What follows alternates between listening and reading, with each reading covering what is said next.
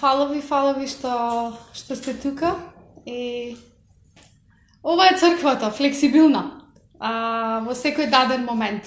И верувам дека тоа е нешто што треба секогаш да го имаме на ум и секогаш треба да го имаме предвид.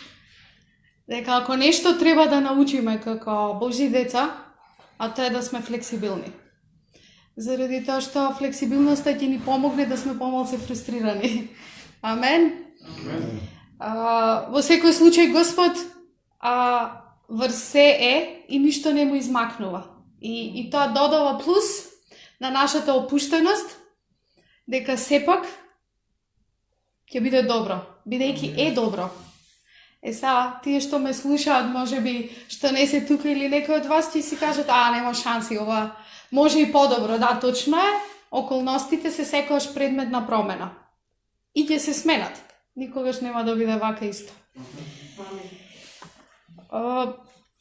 Сакам да почнам со една реченица што ја слушнав, што многу ме инспирираше и мислам дека целава проповед, целава порака денес е од таа реченица.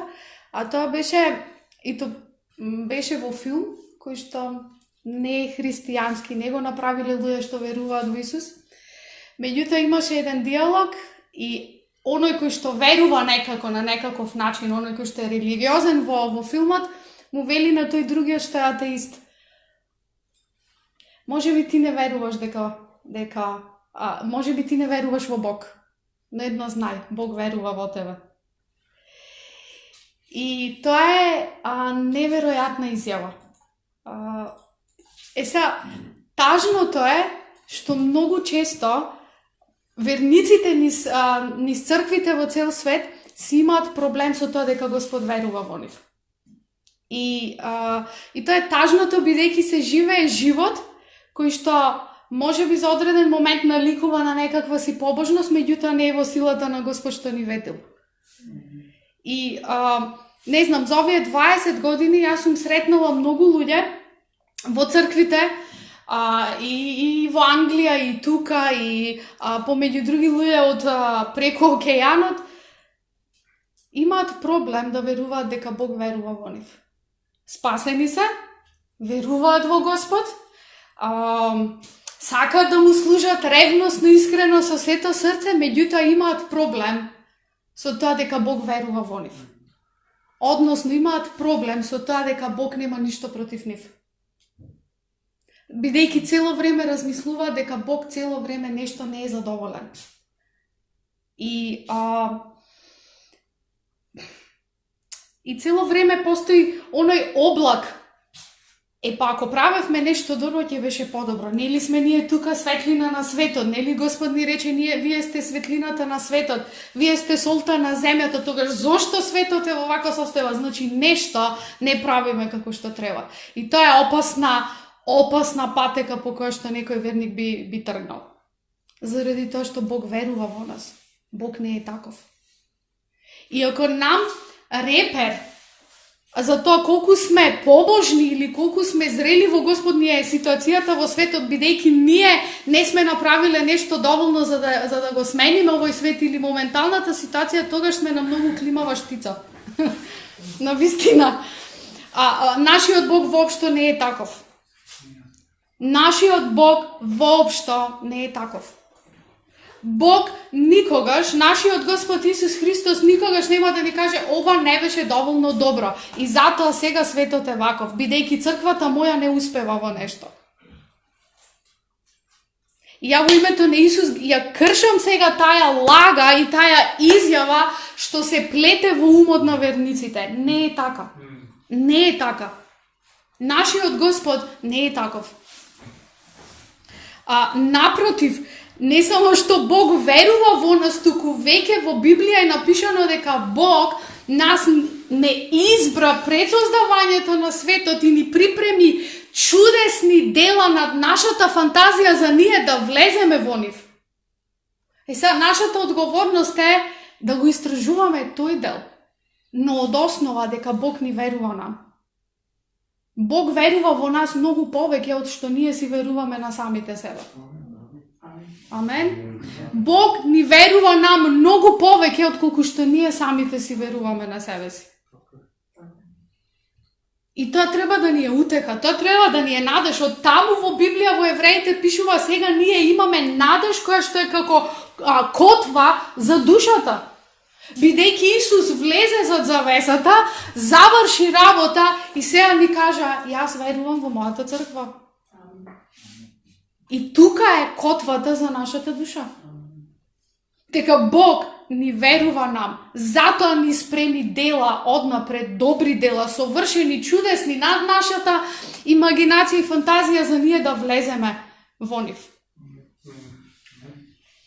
Искрено, без оглед на притисокот што се случува во нашава земја, јас секој ден гледам да си легнам со помислата да се потсетам, ама Господ вети многу големи работи за Македонија. Без оглед што и да сум слушнала тој ден, иако јас веќе одамна не гледам вести, и знам што се случува во светот, сакам да кажам, не сакам да престојувам во она што ми се сервира на медиумите. И јас секогаш си гледам да си легнам навечер со восхит и обожавање кон оној што ми ветил големи дела.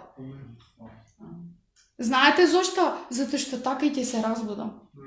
И насред притисоци, овие 6-7 месеци, без оглед што и да се случувало, без оглед колкав да бил притисокот од надвор, мене ми се случувало скоро секое утро да се разбудам со песна на славење.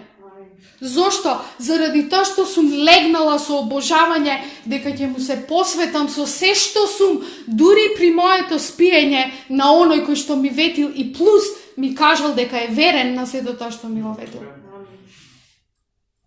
Може би во моментот не чувствувате, но знајте дека во духовната атмосфера вашата посветеност крши упоришта.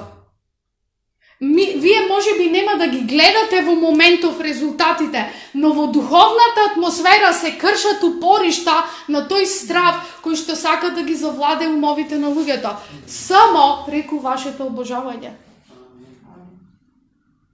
Затоа Исус нам ни рече, без мене не можете да направите ништо.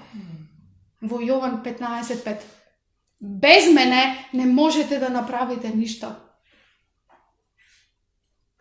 Со самото тоа што кога ќе си легнам навечер и сакам сето од мој восхит, сето мое славење, обожавање на она каков е Господ, како сум го искусила ја во мојот живот, ја и одново сакам да му го предадам тоа пред да си легнам.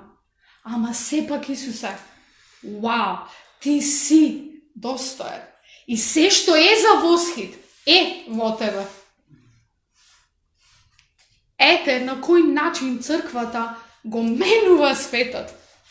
Ете го како се остварува стихот. Бог, Псалм 3, им снабдува на своите додека спијат.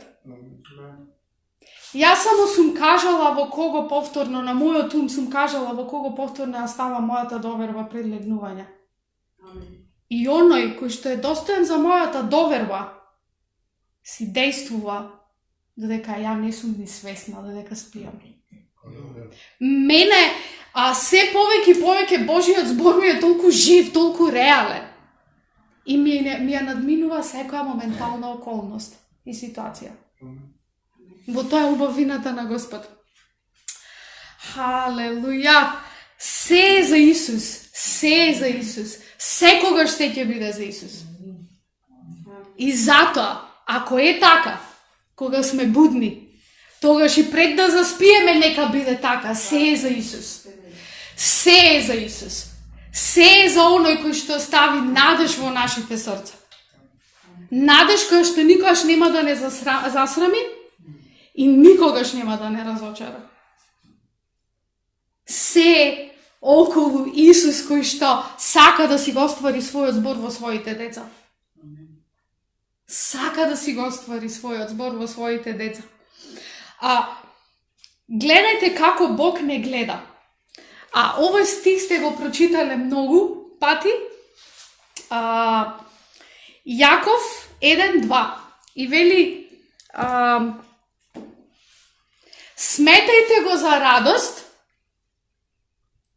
браќа, кога поминувате или се сретнувате со секакви испитувања, разноврсни испитувања. Значи, не мора да значи само за верата. Некој дошол и ве предизвикал сега, па сега вие мора да сте апологети да си ја браните верата. Релакс. Светиот Дух ќе ви даде зборови, не се грижете. И вели, сметајте го за радост, браќа мои, кога ќе се сретнете со најразлични испитувања. Затоа што знаете дека од испитувањето на вашата вера произлегува истрајност со стабилност. А таа истрајност со стабилност ќе си го има својот целосен ефект. За вие да бидете совршени и ништо да не ви недостига. Јаков 1:2. Сега, јас за овие 20 години овој стих сум слушала како е тумачен вака. Да си знаеш, Господ тебе ќе те тестира. Ќе ти ја тестира верата. Знаеш зашто? Заради тоа што кога беше на школа и кога учевте градиво од 10-15 лекции, имаше тест.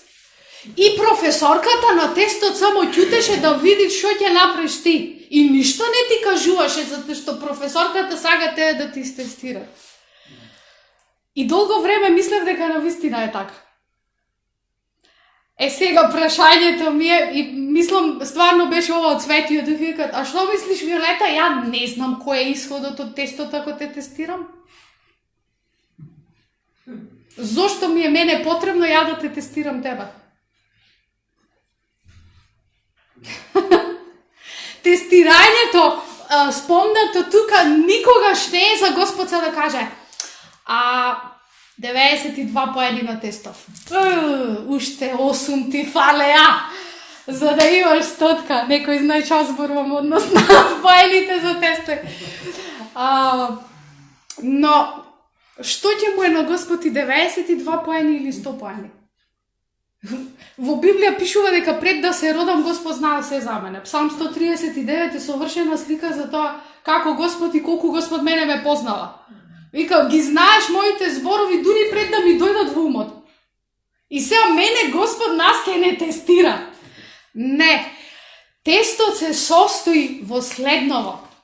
Кога ќе се сретнеме со различни испитувања од сите страни, ние ја имаме верата на Христос и авторитетот на Христос кој што ни вели, слушај, слободно можеш да ја испробаш мојата вера во тебе.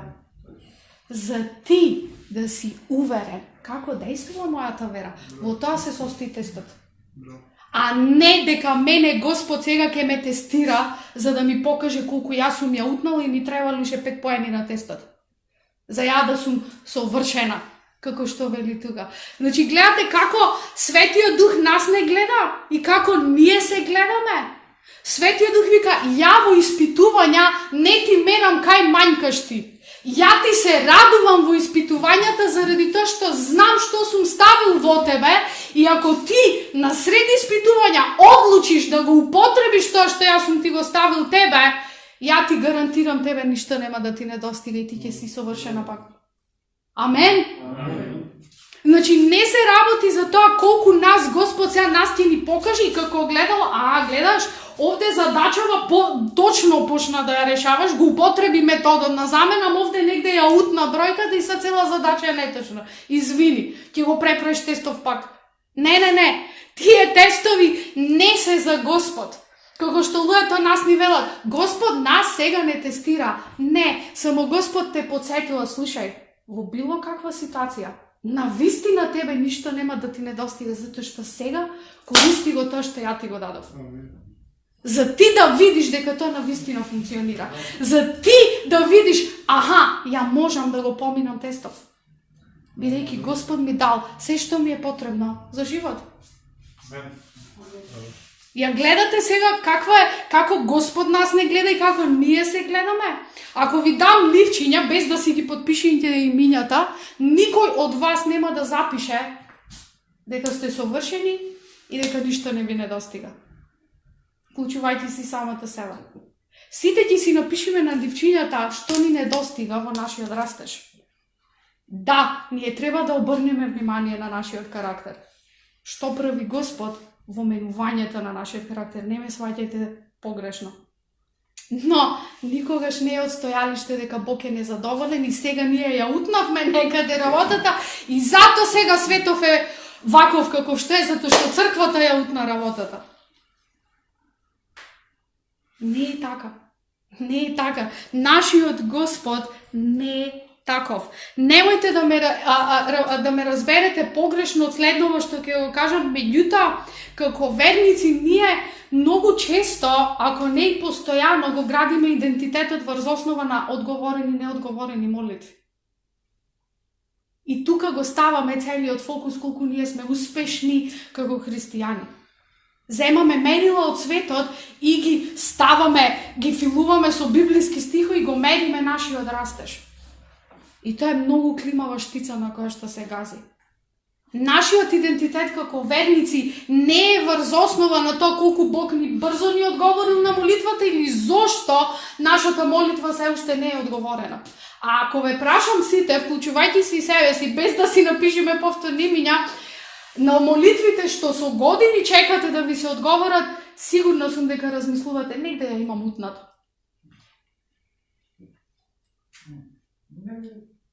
А не е така. Не е така. Во суштина, некои молитви брзо се одговарат, Бог ќе ги одговори, но некои молитви траат подолго не заради тоа што Бог е суров, не заради тоа што нам нешто ние сме ја утнале работата, туку со таа молитва што сме ја кажале, Бог поттикнал процеси на промена на нашиот карактер да дојдеме до христоликост. Затоа што заедно со одговорот на таа молитва ќе дојде и пробив за рушење на нашите упоришта во нашиот ум. И плюс, Бог ќе сака и други луѓе да ги вклучи некогаш во таа молитва.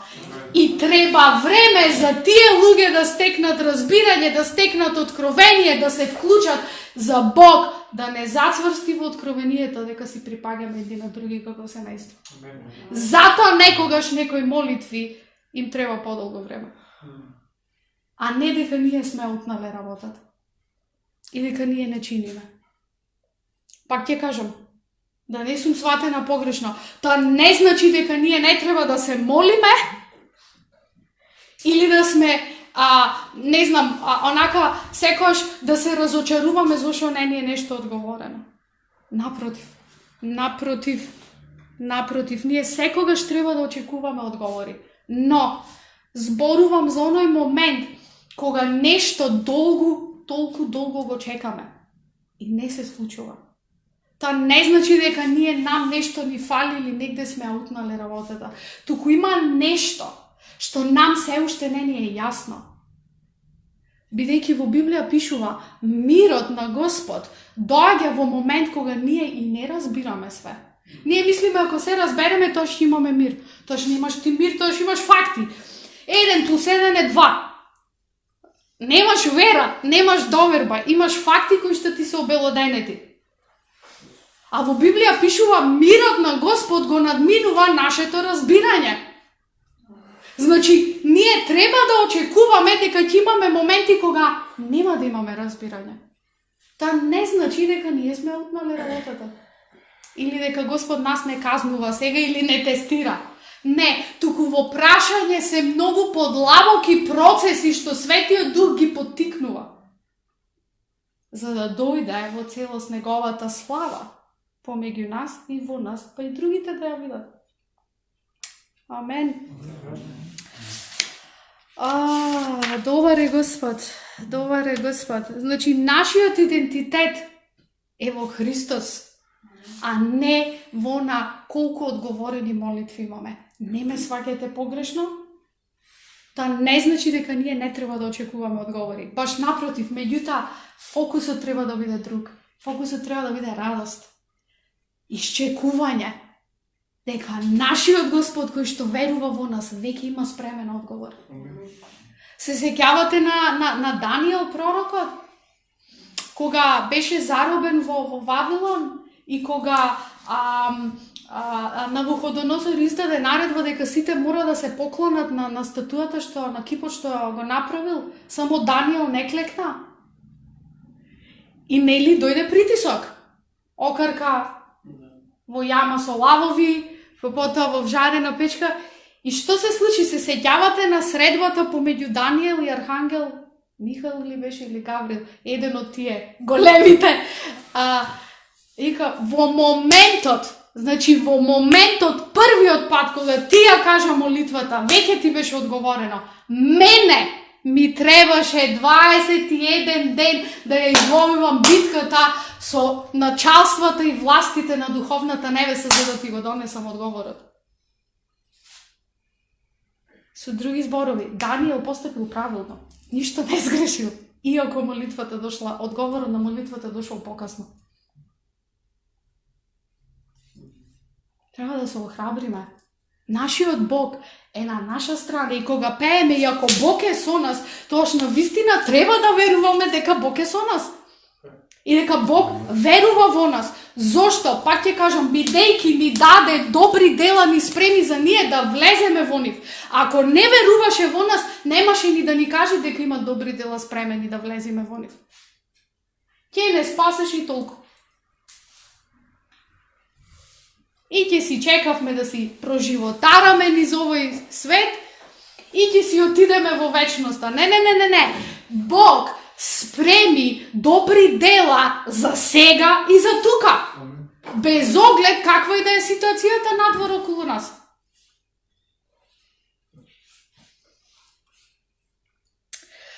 Низ овие 20 години едно нешто увидов и го научив на некој начин, а тоа е дека црквите од Западот секогаш во фокус им е Христовото дело.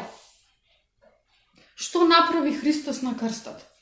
И секогаш е што направи Христос. Што направи Христос. Секогаш е фокусот на делото. Не ме сваќате погрешно. Ние треба да уживаме во завршеното дело на крстот. Меѓутоа, некако од Западот тоа течение на теологијата е во делата. И без размислување, луѓето и ден денес, обратени христијани, влегле несвесно во легализам. Ние мора ова за Господ да го направиме. А црквата е во неред, црквата мора, црквата не сме, црквата мора. Затоа светот е ваков, бидејќи црквата недоволно не направила. Ла. Цело време се само пред крстот. Црквата на исток, односно теченијата на теологиите во истокот, е за славниот воскреснат Исус еден ден кога ќе дојде и ќе биде неверојатна славата. И дури облеките во православието и во католицизмот се такви. Накитени.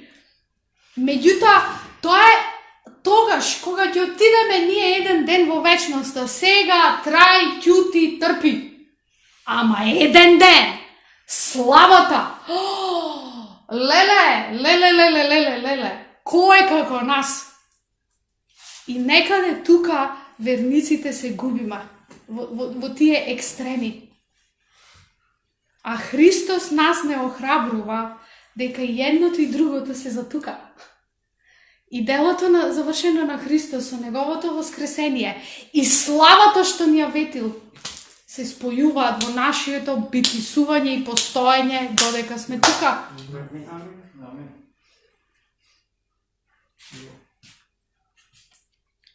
Бидејќи во спротивно, ако заглавиме само во едното или само во другото, никогаш Псалм 34:8 нема да ни биде реалност.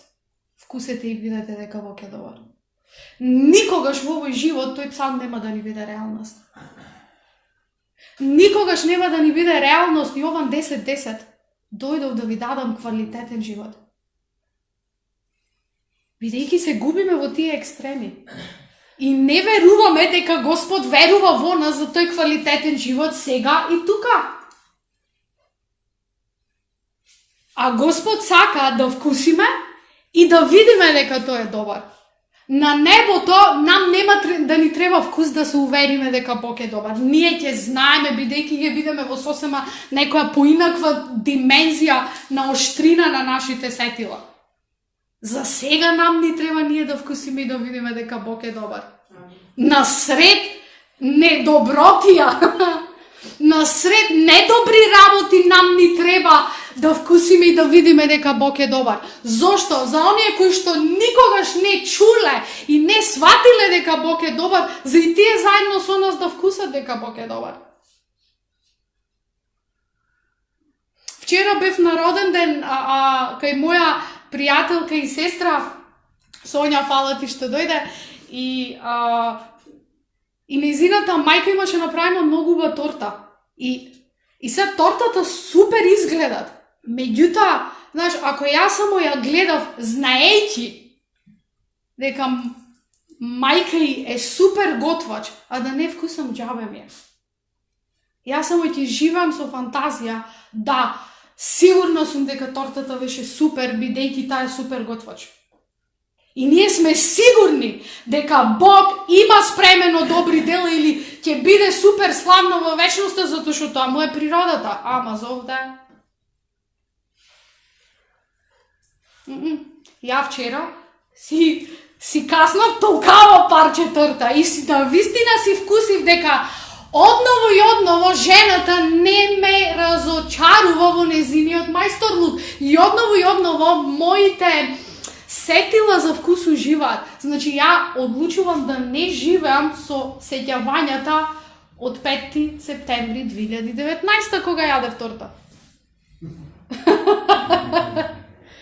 Одлучив и вчера да се израдувам во спремената торта на врвен мајстор. Затоа Господ ни ги дал тие стихови. Вкусете и видете дека Бог е добар. Како ќе вкусуваме? Со тоа што ќе најдеме во себе си надежта на Христос насред оваа ситуација и насред било која ситуација. И некој ќе каже, да, се во ова теорија, ама практично. Прашајте го Христос, кога ти си заминете дома. Што имаш ти да ми кажеш за оваа ситуација? По-практично таа, не знам што да ви кажам. Бидејќи ќе ви каже Светиот Дух и сега на вас е одговорноста да го издигнете неговиот збор на она што ви се случува. Секогаш е тука одговорноста. Ама Бог верува во нас. Минатата недела разговарав со една сестра од црква и велам вака, не ми е јасно зошто постојано заглавуваме во тоа дека Бог не ни верува нам или дека има нешто против. И велам, јас се сеќавам кога твоите две ќерки беа малечки и кога ти ќе ги донесеше во црква, таквите целите со фустанчиња, кикици, девојче како што може да биде на китено, и онака и сите цела црква, и викам, каква беше твојата реакција? Слушај, немој ти многу ќерка фустанот да го фалиш, ја дадов пари за тој фустан. Ја платив. Ти немаш представа што се лишев ја минатиот месец за тој фустан. Тоа е све моје дело, немаш што ти мене ќерка ми да ми ја фалиш.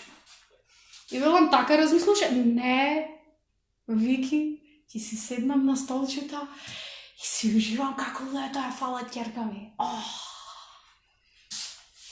Зашто Господ би бил поразличен од нас?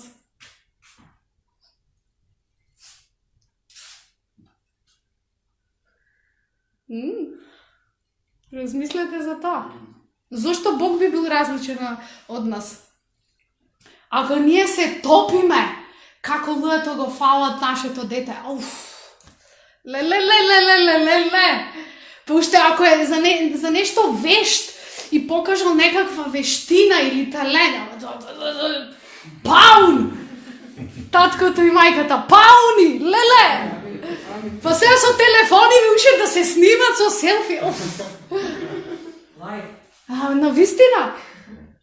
И сега ние забораваме дека Бог верува во нас. Верува во нас. Затоа спремил дела за нас. Меѓутоа, ние треба да го прашаме него што мислиш ти за ова? Океј, ја имам вакво размислување и сега на сета збунестост и ова, ја вака размислувам, ама што мислиш ти, свети душе? Ја ви гарантирам, или ќе ви дојде мисла која што во тој момент нема да ви е својствена на вас, и ќе си мислите премногу е добра премногу звучи добро за да е вистина, или ќе добиете порака од некога, или ќе ви прозвори на било каков начин. Дури преку реклама. Како, например, рекламата на Триглав осигурување. Се ќе биде во ред. Или рекламата за бар кафе. Хаштаг само уживај. И то ми се случи, онака седам дома и нешто умот 300 на сат. Леле Исусе, што со ова, леле, не знам како ваму сега, не знам како овде сега. И земам викам, чекај сега да се освежам малце и ќе решавам крстозвор. А пуштен телевизорот сум го пуштила онака на некој од каналите за готвење, иако никогаш не сум направила некој рецепт за оттаму, ама интересно ми е. И онака и сега нели да си ги смириш мислите? Реклама за бар кафе. Ја во моментот решавам крстозвор, а во исто време го прашувам Господ, леле Исусе, шо сега со ова, како? Хаштаг, само уживај. И то со песна. Случајно ли е тоа? Ја не верувам во случајности. Ние секогаш бараме големи знаци од Господ. Например, како разделување на Црвено море или некој пророк да излезе од устата на некоја риба во Вардар, знаеш, онака, да ни потврди да знаеме дека тоа е Господ. Ама Господ само сака и не учи да обрнуваме внимание на ситните детали во текот на еден ден. Односно, да го вклучиме во сите тие детали. И ќе видите како Господ ви разговара со вас и ви зборува. Како што мене преку рекламата за кафе. Само уживај.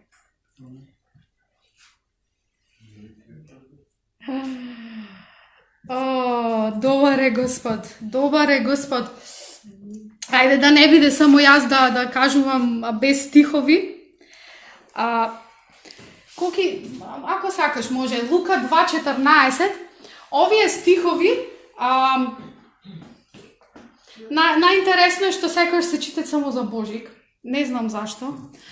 Ама, знаете оној стих, нели, кога Исус се роди, сега доаѓаат, нели, ангели им се објавуваат на пастирите на сред ноќ и објавуваат Лука 2:14. Уште колку имам? Колку зборам? Уште 10 минути? Да.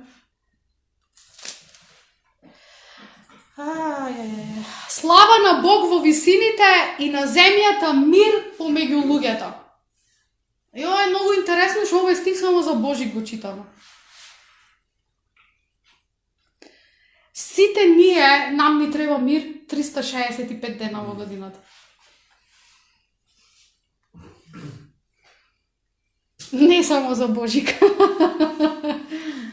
И мирот не иде само за Божик тогаш, кога ќе ги читаме овие стихови, него мирот е наменет за 365 дена од нашето суштествување во годината. Што беше објавено? Се роди Месијата, се роди Спасителот на светот и еве што донесе тој во светот. Мир помеѓу сите луѓе. Ова беше објавата, односно најавната шпица за доаѓањето на Исус. Ќе дојде човек кој што ќе ве спаси од гревот и ова ќе биде ефектот во секој еден ден од вашиот живот.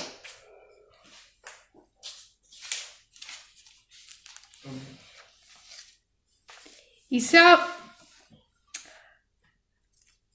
Јас сум восхитена од природата на Христос, како е опишан, принц на мирот. Бебе беше и веќе небото објави што ќе има околу него како атмосфера, како човечко суштество. Мир помеѓу луѓето. на сите кои што се по негова волја. Бебе во штала.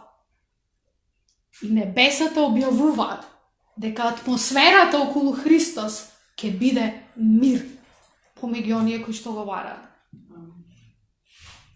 И сега ако одиме во Лука 23, Лука 23 глава,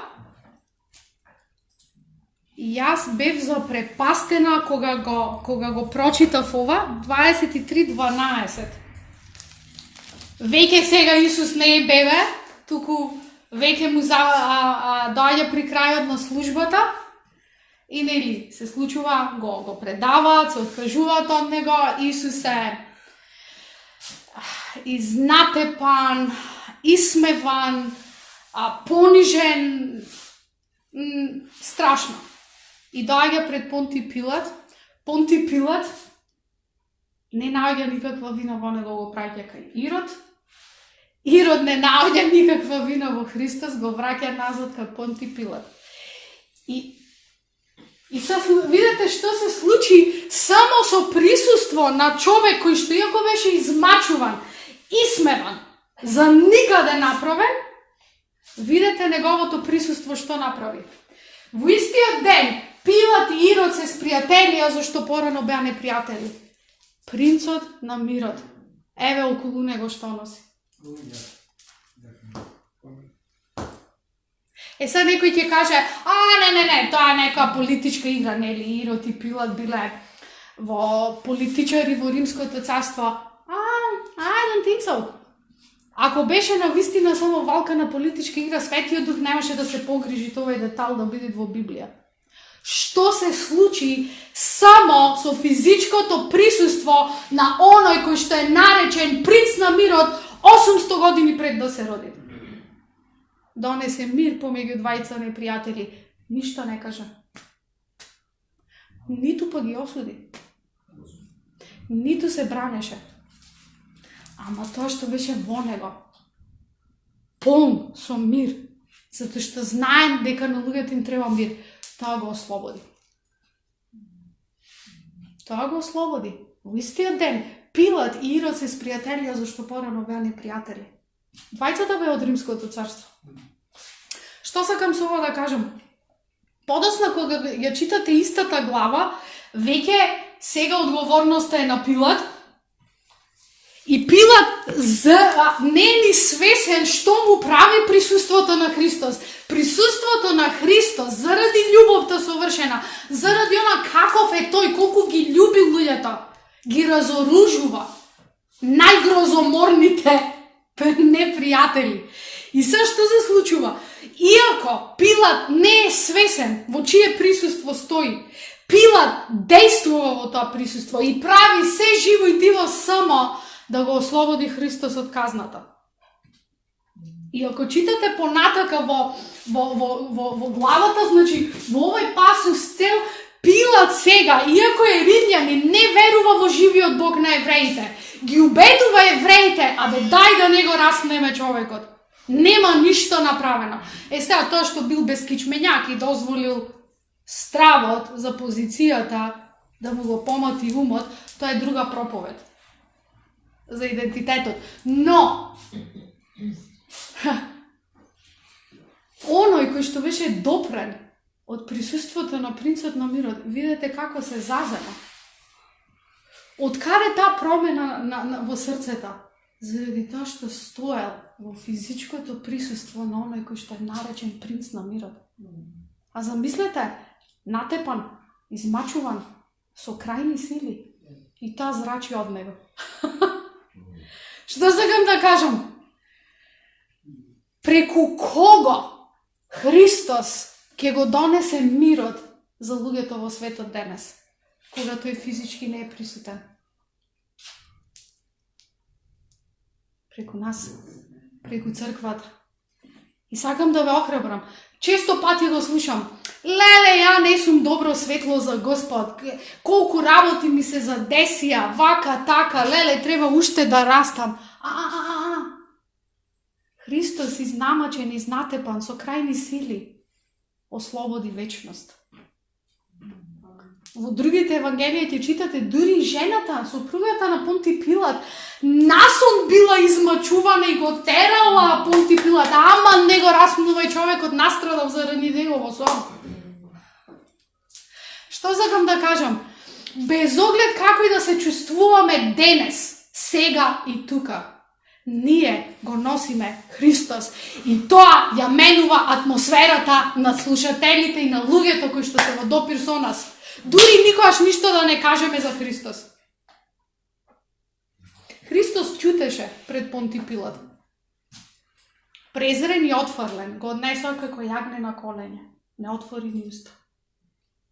Понти Пилат и Ирод се смирија пред оној кој што чутеше. Зошто?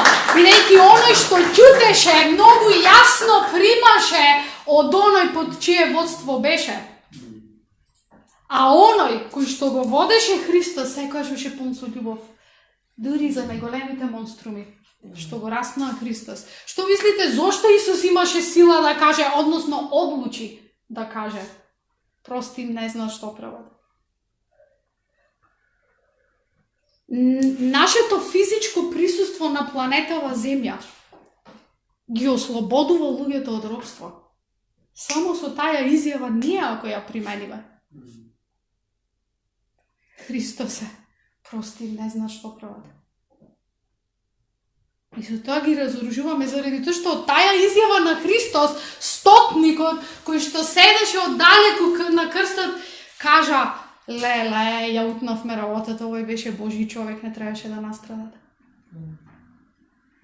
Една изјава на Христос во одлука во името на љубовта на Бог Таткот го смени стотникот. Римски војник. Христос живее во нас и сега ние со неговиот авторитет го имаме тој мандат. Христос нас не наречи љубители на човечките души, сол на земјата, светлина во светот.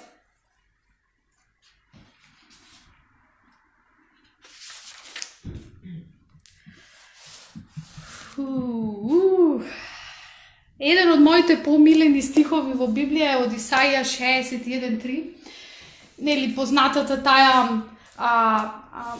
тој пасус од Исаија 61, Исус го чита во Лука 4 глава кога влезе во синагогата и го отвори свитокот и кога кажа: Духот на Господ е врз мене, за да навестам годината на благодат, за да донесам слобода на напатените. И во Исаја 61:3 вели: за да им дадам убавина на место пепел. Мене тоа ми е еден од помилените стихови, бидејќи пробајте да направите нешто со пепел. Со пилевина, со земја, со песок ќе направите нешто, ќе има некаква форма. Со пепел ништо не можете да направите. Ништо. Земете пепел во раце, турете ништо. И Господ вели: јас ќе ви ја дадам мојата убавина за вашата пепел. И сега Светиот Дух е во нас, за ние да ги ослободиме луѓето во таа размена. И да им кажеме: слушај, твојата пепел во замена за Христовата убавина во твојот живот. Знаете зашто е? Затоа што веќе Христос верува во таа личност, иако таа личност не е спасена.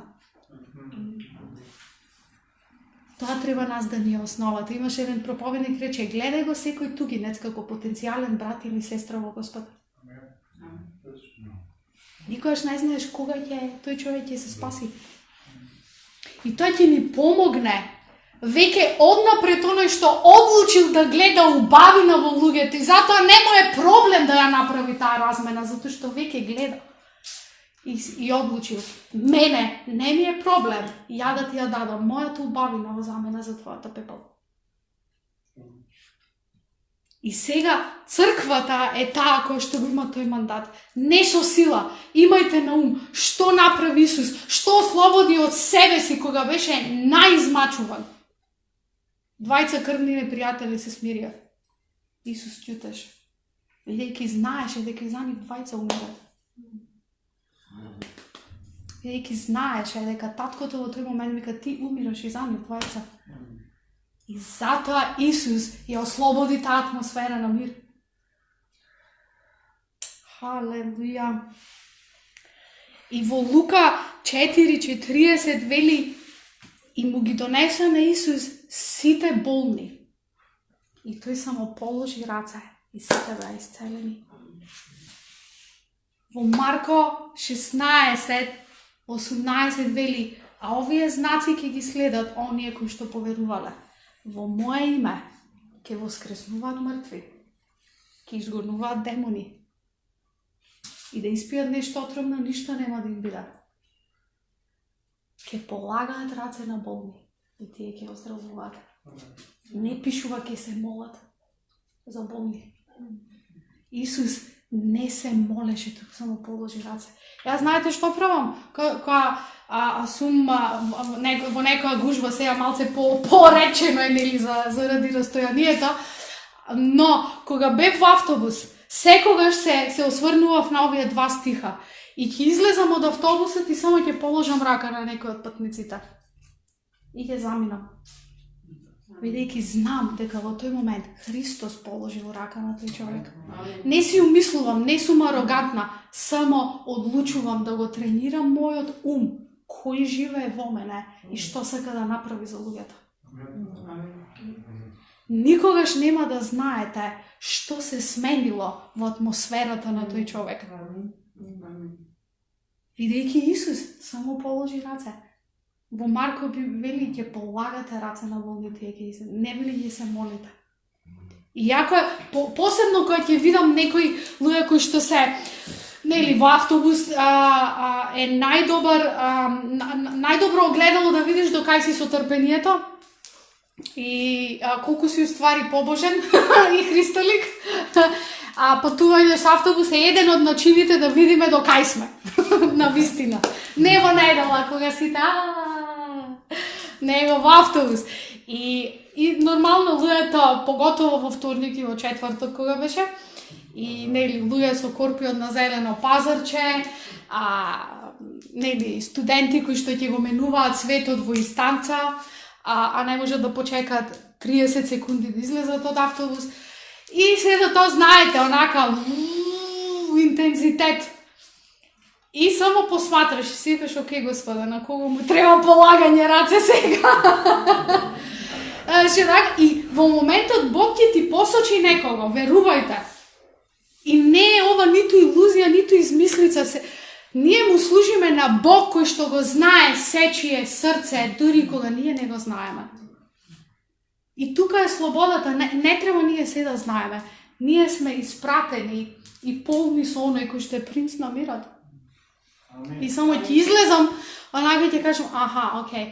И нели гужвај се да поминам, следнава станица сум ја за слегување, и онака и во моментот кога ја ставам раката врз сталишност, дали е студент, постара жена или Господин, онака, Исусе, отвори ни небесата. Овој човек нека те сонува вечерта и ќе си излезам. Го тренирам мојот ум да биде свесен кој живее во мене и што прави тој и како е насочен кон луѓето. Иначе, како би го оствариле тој момент од Исаија 55:11? Како тој стих би ни бил реален? Нели, познатиот пасус, јас ги знам моите мисли за вас, моите мисли се над вашите мисли, онака, како што земјата паѓа, како што дождот паѓа на земјата и ја напојува, па после дава плод и се враќа назад, така и мојот збор изговорен нема да се врати напразно кај мене празен, туку ќе го исполни она за кое што јас го испратив. И ние мислиме и чекаме Господ тоа да го направи.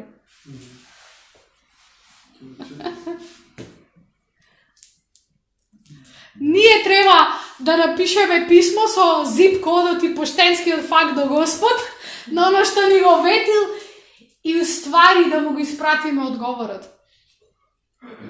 Бидејќи нас Христос не овласти кога ќе го земеме тој збор и кога ќе употребиме нашата вера за да се увериме, ова действува, бе, Исус на вистина рече дека верава ќе действува. И тоа му го враќаме назад кај Господ.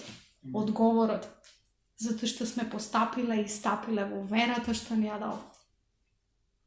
А не да мислиме дека не сме доволно добри, дека Господ не верува во нас или верува во некој за кој што ние мислиме дека е подобар од нас.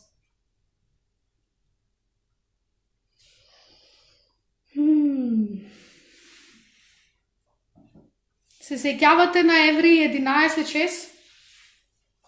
Без вера не е можно да му се угоди на Господ, а Господ го наградува оној кој што трудолюбиво го бара. За жал, многу верници се излажани дека наградата е еден ден кога ќе отидеме на небо. Таму се сите награди, таму се крвните. Не. Наградата е испратениот одговор што нема да се врати кај Господ празен сега. Тоа нас ни е наградата. Одговорените молитви за слава на Господ. Амен. Јас се молам да навистина сите бидеме како луѓето што биле опишани во Лука 19:48. Фарисеите сакале Исус, барале начин како да го осудат, ама обичните луѓе се држеле за зборовите на Исус. И јас ве благословувам со таква ревност да се држиме за зборовите на Исус, без оглед на се. Амен. Во името на Исус, благослов.